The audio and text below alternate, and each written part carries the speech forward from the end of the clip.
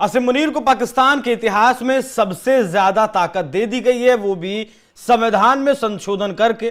पिछली गलतियों से सीखते हुए जो पिछले जनरल्स के साथ, सेना प्रमुखों के साथ हुआ, वो आसिम मुनीर के साथ ना हो। आसिम मुनीर ने इस बात का ध्यान रखा है। सीडीएफ उसे बना दिया गया है।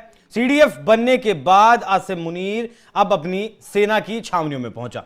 भारत के से जो बॉर्डर पाकिस्तान का लगता है, वहां रोज लगातार नई नई चौकियां, नई नई छावनियां बनाई जा रही हैं और वहां जाकर अब आसिम मुनीर अपनी उस सेना में जोश भरने का काम कर रहा है जिस सेना को अभी 2 महीने पहले तालिबान ने खदेड़ा था। 20 चौकियां उसकी खाली की थी। उससे पहले भारत ने ऑपरेशन सिंदूर में खदेड़ा था। आसिम मुनीर का पहला बयान सीडीएफ बनने के बाद सामने आया और उसने कहा है कि देश के भीतर और बाहरी जो भी दुश्मन हैं उनसे निपटने के लिए वो तैयार है।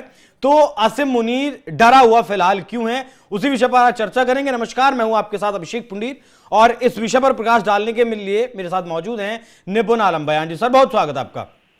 बहुत धन्यवाद अभिषेक जी। आसिम मुनीर जो पहुंचा है सर अपनी छावनियों में, इसका क्या कुछ कारण है और ये डरा हुआ इंसान क्यों है इतना? अब तो सबसे ज्यादा ताकतवर हो गया। ताकतवर हुआ है किसका? एक ऐसे देश का जो कंगाल है, पैसा है नहीं, 45% आबादी गरीबी रेखा से नीचे है। रशिया के प्रेसिडेंट 45 मिनट तक वेट कराते हैं, उसके बाद भी मिलते नहीं है। तो उसका पीएम जाके फोटो शूट कराने के लिए पहुंचता है। पुतिन 1 मिनट में फोटो लेकर भेज देते हैं कि मैं मिलूंगा, लेकिन मिलते नहीं है। ऐसे जिसकी डिप्लोमेसी फेल है, जिसकी इकोनॉमी फेल है, जिसका सोशल ढांचा बिगड़ा हुआ है, देश टूटने के कगार पर है। आप देखिए, बलूचिस्तान में आज़ादी की लड़ाई चल रही है, खैबर पख्तूनख्वा में चल रही है और सिंध में भी आवाज बुलंद हो रही है। मई जून तक आप देखिएगा, नोट कर लीजिए, मैं दिसंबर में बात कर रहा हूँ। मई जून में सिंध के अंदर आपको कोहराम देखने को मिलेगा, वो अलग होने के लिए बैठा है। और ऐसे में भारत का लगातार दबाव है। अमेरिका ने जैसे तैसे करके जान बचाई हुई है, लेकिन अमेरिका ने भी जान कैसे बचाई है? अमेरिका को सारे रेयर अर्थ मिनरल्स आपने दे दिए हैं, सौंप दिए हैं, जमीनें बेचने की पेशकश कर दी है। CPEC 2 स्टार्ट हो नहीं पा रहा है क्योंकि चीन ने पैसा देने को मना कर दिया है कि हम विचार करेंगे, सोचेंगे।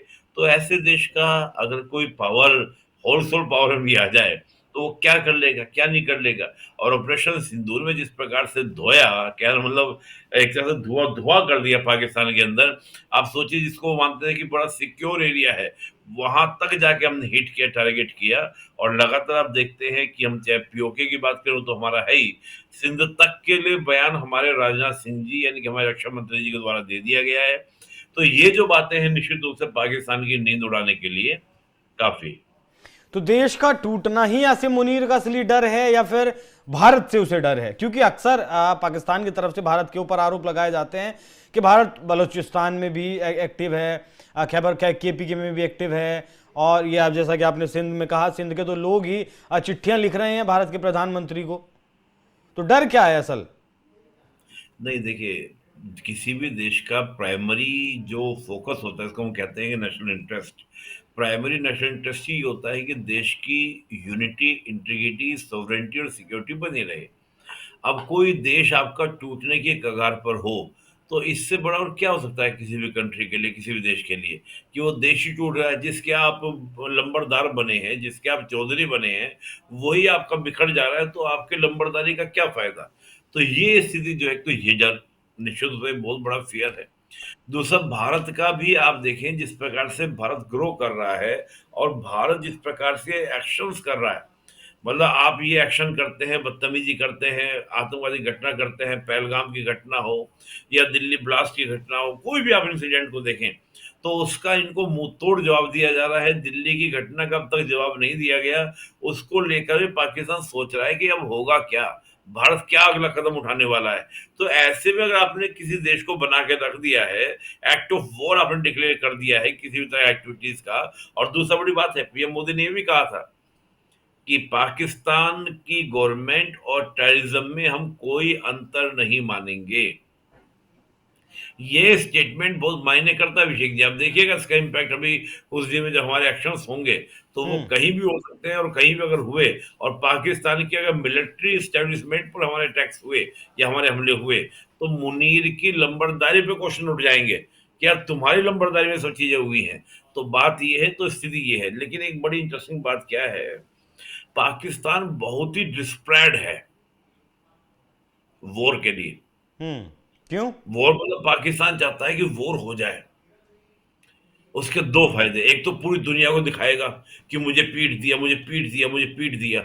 हम तो पहले से कह रहे थे कि भारत हमारा वजूद स्वीकार नहीं करता। और जो गल्फ के कंट्री से अब एक धुरंधर मूवी आई, धुरंधर मूवी को देखो, आपको देखो कितना वो गल्फ के कंट्रीज ने, कई कंट्रीज ने उसको क्या कर दिया है, धुरंधर मूवी को पाकिस्तान के इन्फ्लुएंस में बैन कर दिया है। हालांकि पाकिस्तान का इन्फ्लुएंस कुछ नहीं, पाकिस्तान का इन्फ्लुएंस यही कि हम एटॉमिक वेपन कंट्री हैं।